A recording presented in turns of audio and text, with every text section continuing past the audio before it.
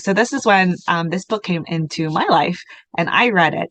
And it kind of inspired me to follow my curiosity, follow not necessarily a passion, but where I wanted to go, which was away from pattern design and into something more business related.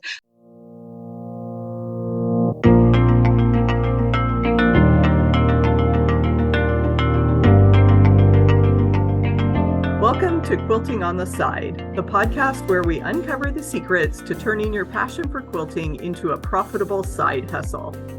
I'm Tori from the Quilt Patch by Tori. And I'm Andi from True Blue Quilts. And together we're your co-hosts on this exciting journey of creativity, entrepreneurship, and all things quilting.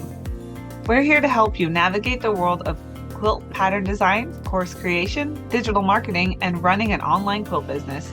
We've been through the ups and downs ourselves, so we know what it takes to make money from your favorite hobby. So our topic today is all about books and what our favorite books have been while working in our business. And we've tried to narrow it down to just 3.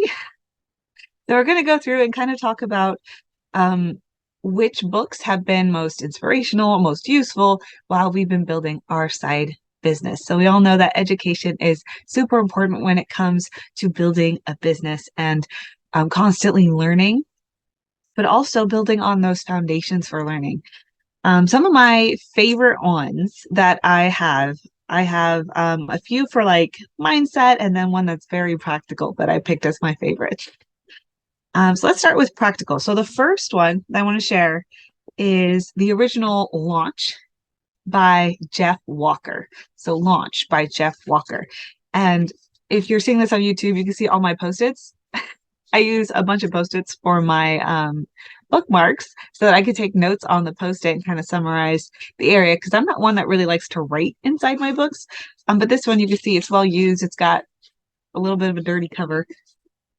But I really liked how practical Launch was for launching your products. Now, this launch strategy is the one that you see people like Amy Porterfield use, like Shannon Brinkley uses it. Anytime you hear the word launch, you're launching a product, you're launching a workshop. It came from Jeff Walker's Launch.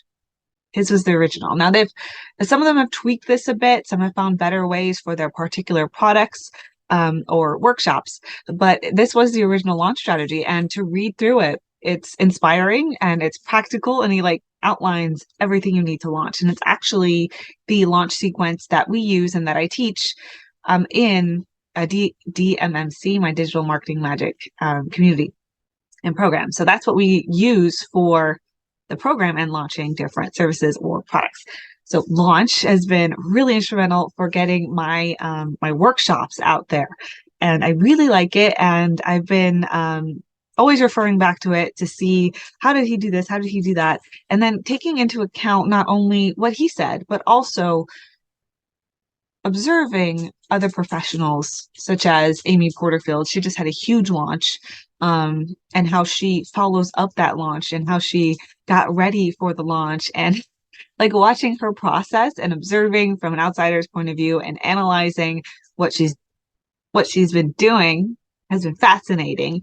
And then I also look at smaller launches as well. Like I was watching Elizabeth Chappell launch her pattern writing course.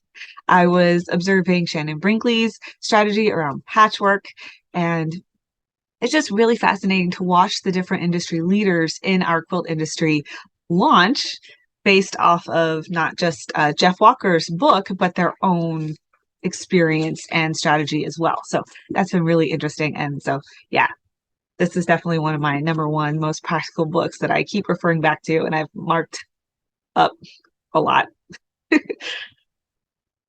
Books. Reading has always been one of my favorite pastimes. I'm the kid that would go to the library and come home with, more books than any normal person could read in the 2 or 3 week time period before they had to be returned. But my daughter laughs at me because I read very fast, and I love exploring all sorts of different genres. So when I started a business, it was natural to go to that section of the library to research online and find those business gurus that had written about the best tips and tricks. And one foundational book that I recommend to anyone starting a business is Profit First by Michael McElwain. And he tells his story, which is pretty impactful, going from near bankruptcy and restructuring so that he was able to support himself and his family.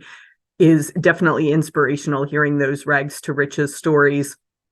But he lays out these principles and these accounting methods that you can really take to heart and set yourself up for financial success. And some of the biggest takeaways for me from his book are the importance of budgeting and setting up some different accounts so that you have those different buckets of money that are set aside. You know, Tori and I mentioned before, setting aside a portion of your sales, your income, to cover your taxes at the end of the year. You don't want to be surprised and have to scramble and set up all sorts of payment plans for those bills. So if you just take that little bit every time and set it aside, then it is available when you need it. And the same thing for any of those recurring expenses. If you plan ahead and set that money aside, Mike in Profit First recommends actually setting up about 5 different bank accounts so that every single dollar is budgeted and set aside and in its own fund, so that certain money is used for a specific purpose. And it's, you know, you don't commingle your business and your personal finances. You take that owner's draw of money from your business account and use it for your personal expenses. And everything's nice and sorted, and it helps you avoid debt, which is a big priority for me in my business.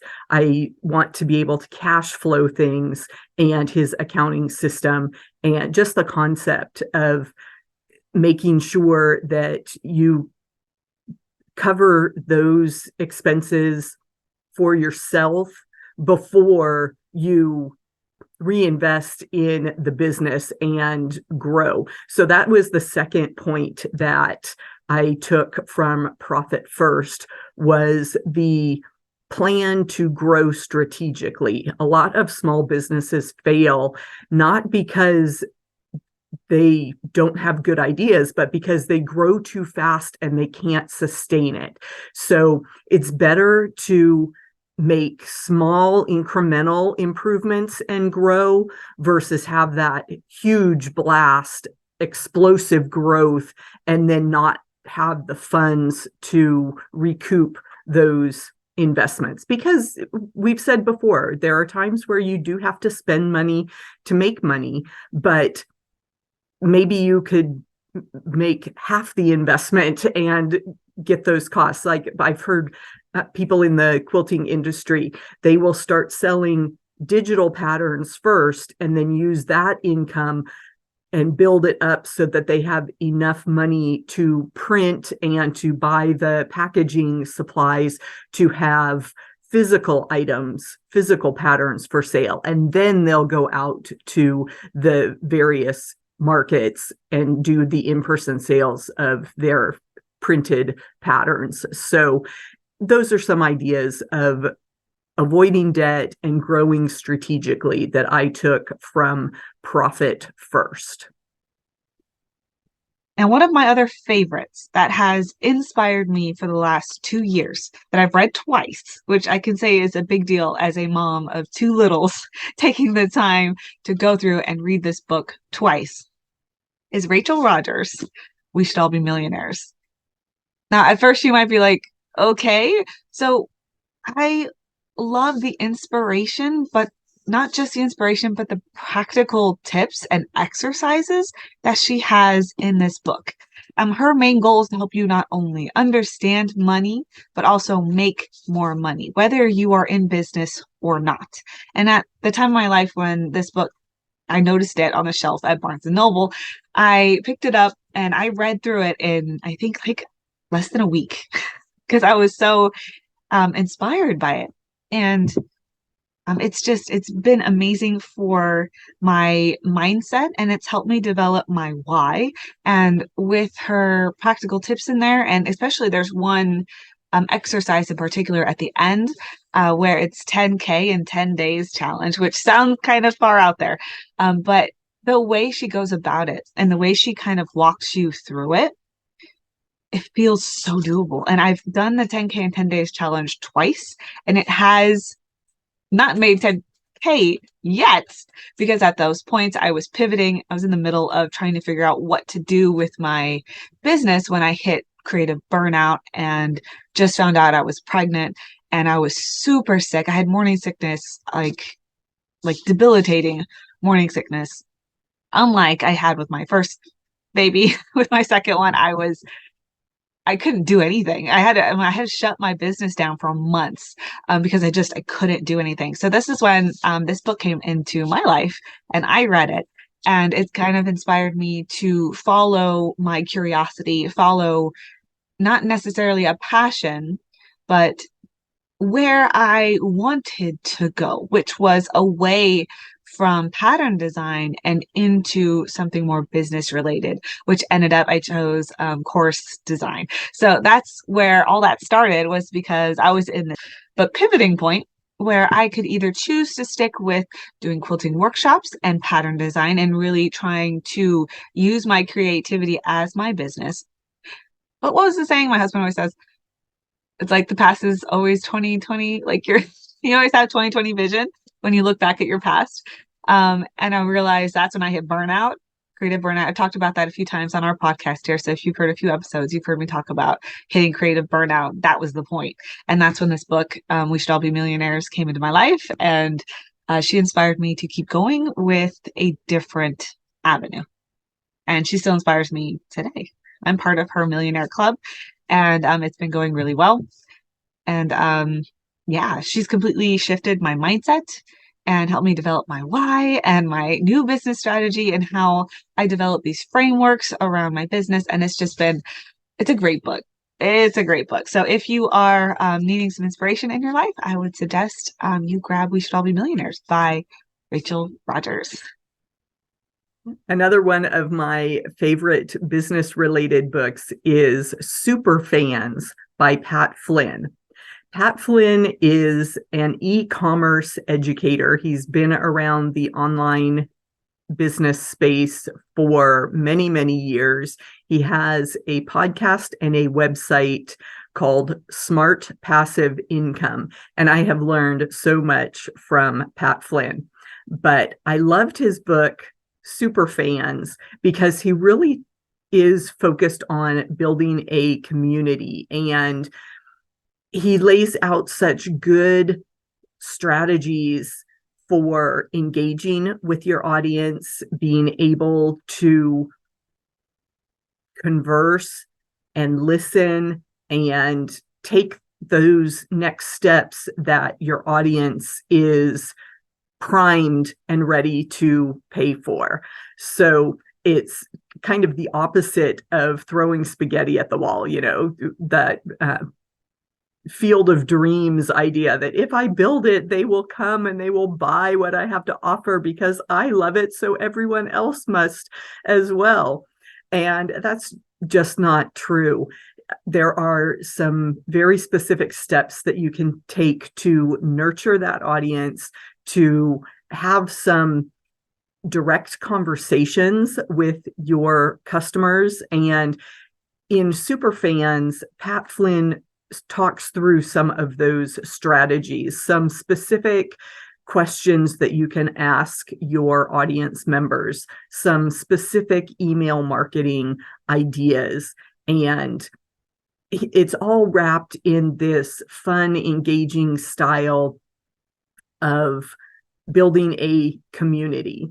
And, just little things like, what are you going to call your community? And, what are those inside jokes that can really tie everybody together? And not necessarily jokes, but that insider knowledge. For instance, Pat Flynn is a huge Back to the Future fan. And he shares those stories and he uses examples from the films, the Back to the Future film series, in a lot of his training and his speaking and his podcast episodes. So people relate to that. We especially us 80s kids, we love Michael J. Fox. And so anytime that we can relate back to that movie, it gives us that instant connection with Pat Flynn. So it really got me thinking about what those ideas could be for my own business, and, bringing that here to the podcast and our conversations with people and our little hashtag It's My Mom's Fault, that if you've listened to our stories, the background of that saying, and it becomes a fun little piece of trivia that ties us all together and we all remember that story.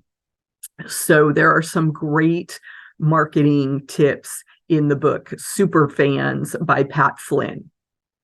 So one of my other really inspirational ones was, and I didn't think this one would be inspirational. I picked it up around the time I was looking for a way to get my creativity going again.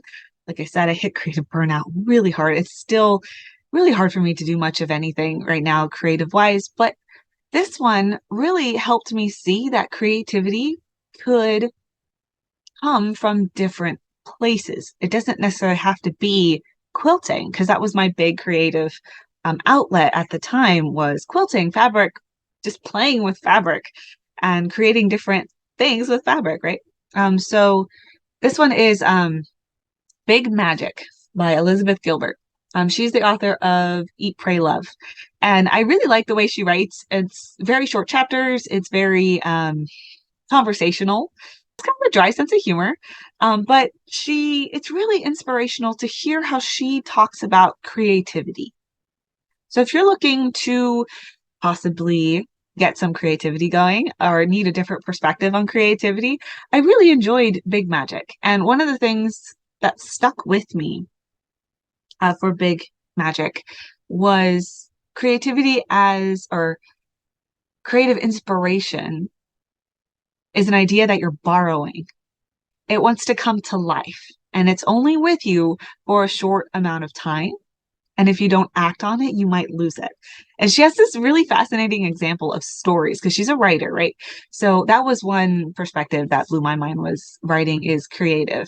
Like, I knew that, but I'm dyslexic, and I always struggled to read when I was a kid, and really to write and spell. So like writing has always been a struggle for me. But when I read this book and I realized that writing could be a creative outlet, I started using it as blog writing, newsletter writing, and I really found a lot of joy in it, especially because I tried to bring in a lot of stories and practical advice. Almost dropped my book. But anyway, yeah, she talks about these ideas that come to you. You are borrowing them. They want to come to life. And if you're not the person that in the time could make them come to life, they might jump to a different person. And again, she has this really cool example of the story that she had in her mind, that she had, if I remember, she had started writing it, or she had at least the general outline going on, and she never finished it. And then years later, she meets with a author friend who she's never told this idea to, but she was describing the book that she had currently finished. I believe it was finished because she had more detail. And it was the same idea, essentially. A few different details were different, but the entire plot line, the motivation for the character, I'm trying to remember all the details here, but that's one story that really stuck with me, was that these ideas, we're borrowing them and we can make them come to life, or they can pass on to someone else. And that means for me that if I get inspiration and I get an idea that I want to act on right now, but I just can't, it's okay. That idea, I can let it go and it doesn't have to weigh me down. I don't have to feel guilty about it. It's just with me for now. And if I can't make it happen, then it will go on to a different creative and they can make it happen. It just gave me permission not to have to act on every creative inspiration that came to me, which also is helping me get over my creative burnout very slowly. So I'm hoping that with more books like Big Magic, I can move toward being more creative in different ways. So it was really helpful for that point in my business when I was pivoting, and I continue to reflect on it. So I think it was pretty beneficial and impactful, and I hope it can do that for other creatives. Another book related to marketing that I highly recommend is called Contagious by Jonah Berger. And I really enjoy the case study method of this business writing, that, you know, you tell stories and you look at different marketing campaigns over the years and what different companies have tried. And, you know, there's no way that us smaller quilt pattern designers or craft businesses are going to be able to market on the scale of companies like Coca-Cola or McDonald's, but we can learn from some of those big strategies. And Jonah Berger is a researcher, and so he compiles all sorts of these case studies and data to back up his teaching and his core points. And one of them, in fact, is the power of storytelling. And just the way I enjoy reading case studies, they stick in your mind and then you can share them and it helps you remember the key point. So he was talking about a research project at a university, and the goal was to get college students to eat more fruits and vegetables. And they tried some different slogans and advertising. And his point is that you want to bring in some kind of trigger for your marketing that will keep you top of mind. So the way that they used a trigger in the healthy eating campaign was to relate it to the food trays that the students would use in the cafeterias. And one slogan just was kind of generic about eat more fruits and vegetables. And the other one that connected to the trigger was you need to fill your tray with 5 servings a day. So, you know, in just a classroom setting, if you put those two slogans up, the college students said, oh, that slogan about the college trays, it's too cheesy, that's boring, we don't like it.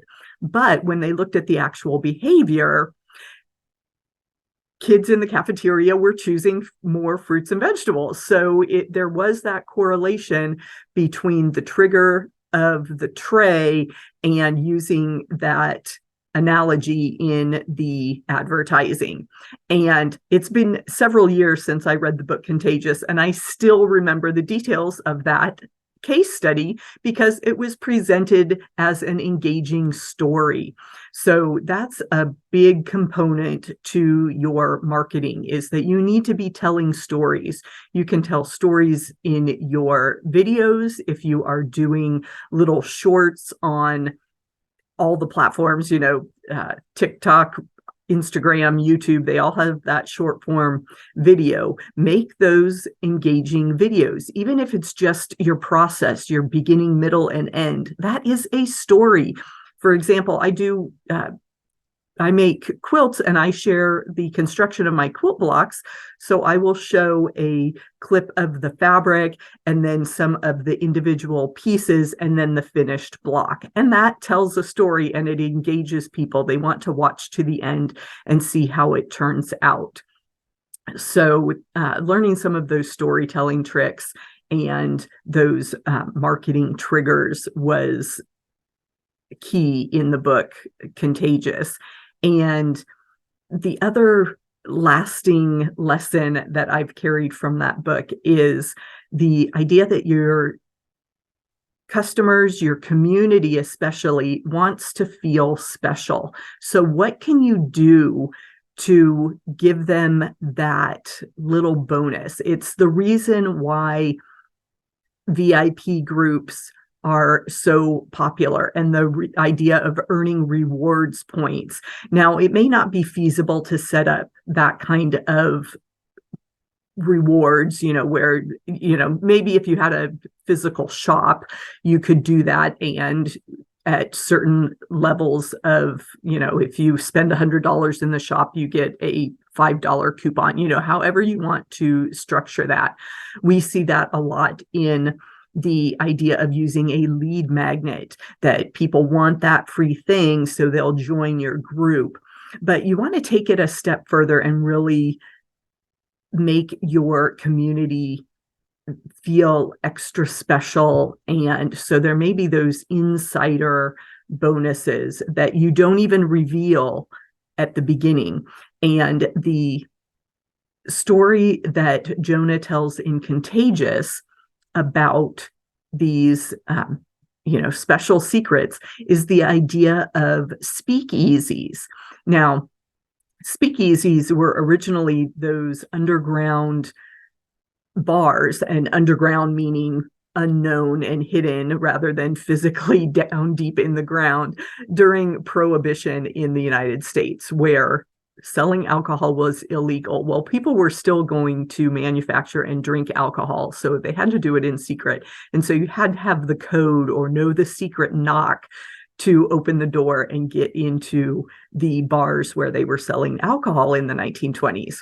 Well, we've seen that idea kind of enjoy renewed popularity here in the 2020 decade, that there are some speakeasy bars where the entrance is hidden. I think the example in the book was that a barber shop had a phone booth in the corner, an old-fashioned phone booth, and you could walk in and slide the door closed and pick up the phone. And you had to know the phone number. And once you dialed that phone number on this phone booth, it would open a back panel and you could get into a little restaurant.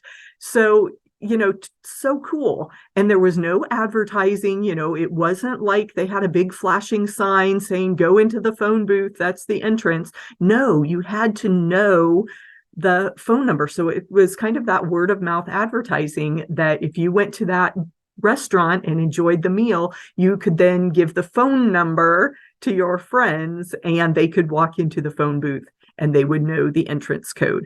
So that idea of sharing that secret that is not widely known, you can use that in your memberships as well. And, obviously then the marketing becomes the tease for that secret, that, you have to contact me to get the code, and we can continue that relationship. But just lots of fun ideas for marketing, and the different tactics and the different case studies really stuck with me from the book Contagious.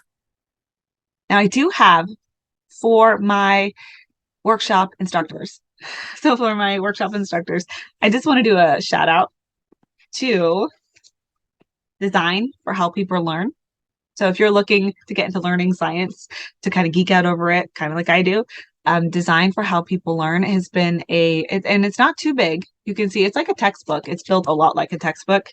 You can see it if you're on YouTube. You can see it's got like feels like a textbook. It's got graphs and it's got those kind of it's very, very sciencey because it dives into the science of learning.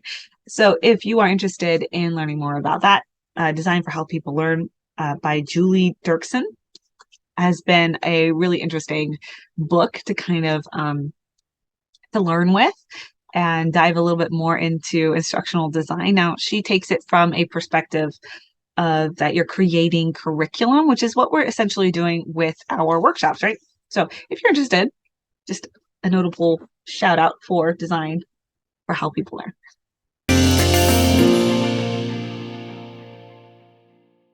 We have listed all of these books on our website. So we encourage you to visit quiltingontheside.com/show notes to find this episode and all of our book recommendations. And if you enjoyed this episode of Quilting on the Side, please leave us a review on iTunes, Spotify, or wherever you listen to podcasts. And hit the subscribe button so you don't miss our next chat. Until then, remember to have fun in your business and do a little quilting on the side.